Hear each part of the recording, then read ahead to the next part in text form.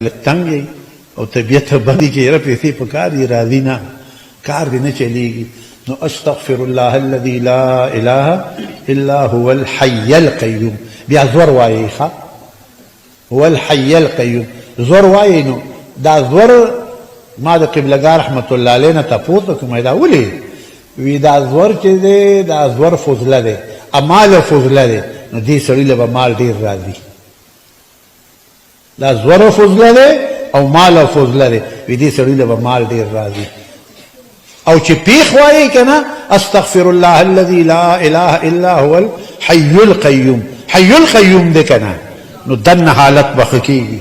دن حالت بخکیږي او په دې پیخ سره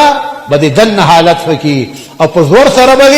دنیایي حالت خکیږي دنیا بدل څخه راځي بس گزاره به خکیږي ته به اوس تاسو خوښه ده زه خو کله چې زما جتي نو زور وامه چې کله مې جتني بیا پیخ وامه چې کله مې جتي نو یقین وساته چې یو څو ځله ووم کنه نو سهار بس یو کس را رواني نو تاسو ته مې دا چلو خو ښه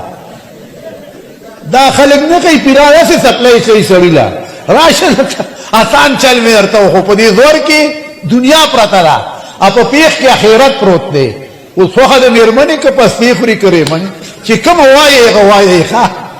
موږ څخه داسې څیزونه یې بچو خو تاسو رانږدې شئ نو موږ درته ښو که نه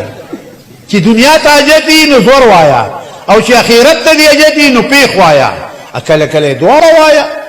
زه خو کله یو وام کله بل وام یقین وساته وشوي او ما پې تجربه کړې ده بلکل تجربې چې بس ته وایي ما پې کړي دي تاسو ته مې دا درکړه اجازه خدای دې تاسو خوشحاله ساتي ښه